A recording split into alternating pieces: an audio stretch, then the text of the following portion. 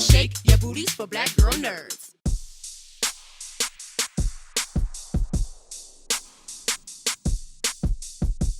Okay, well, amazing job, you guys. I just have a couple questions, so thank you for speaking with Black Girl Nerds. Sure. Of course. So, in watching it, amazing, but I had questions about some of the symbolism.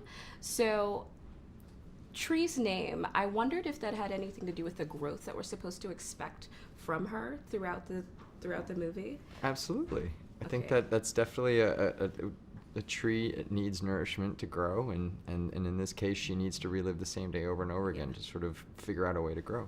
Yeah, that's what I was thinking. I was like, Yeah. Also, I wondered if the baby face masks had anything to do with the fact that she sort of has to kill the adolescent part of herself, or the adolescent part of herself has to die. Yeah, we talked about that. We did talk about that earlier. Yeah, Very good. I definitely thought that the baby represents, the past. Yeah.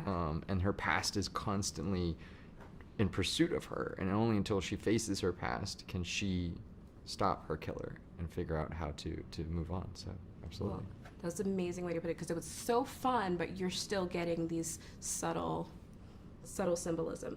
So, which version of Tree's developed character did you guys love the most, like shooting or seeing? Gosh, it's this is the terrible thing to say, but I really loved her bitchy side. Me too, actually. It was fun because and I say it's fun because I knew that there was such an enormous payoff to it, that the girl that we met at the beginning of the movie was not the girl that we were going to come to love by the end.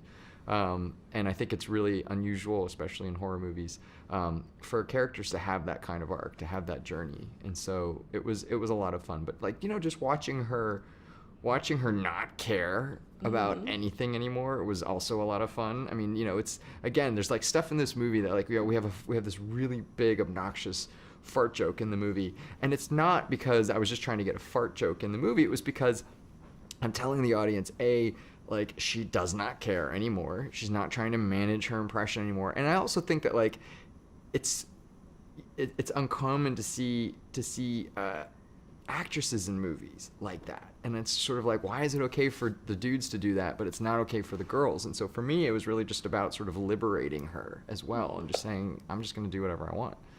Yeah, that it definitely was subverting the way that we see women in film. So it was very refreshing. Yeah. What about you? What was your favorite of Tree? I like Chris. I'm gonna go with the same thing as Chris on that question. Okay. If you could switch, if you saw this as gender bent, but if you could switch any of the characters, which ones would you like to have seen them as? Like any of the current actors, if you could switch their roles, which one? How interesting? Oh gosh. Yeah. Well, I mean, I guess I would just do the most obvious flip, which would be, if Carter were, the one stuck in the time loop, like how would a bitchy version of Tree how would he draw her into his situation and get her to help him, because she has no interest in him at the beginning of the movie. And so if it was flipped, I think it could be interesting. You mean if Carter were dying every time? Yeah. So if he were being hunted and killed and he woke up and he needed Tree's help, it would be even harder because she's not even inclined to help him. Because she's not even interested in so him. how would he get her to do that? Yeah. I like Get away from me. I'll sign up with that version also. So I'm gonna go with that. Me too. Well, thank you so much for talking. Thank with you. Black Appreciate Girl Nerds. it. This was wonderful. Thank you so much. Better shake your booties for black girl nerds. Better shake your booties for black girl nerds.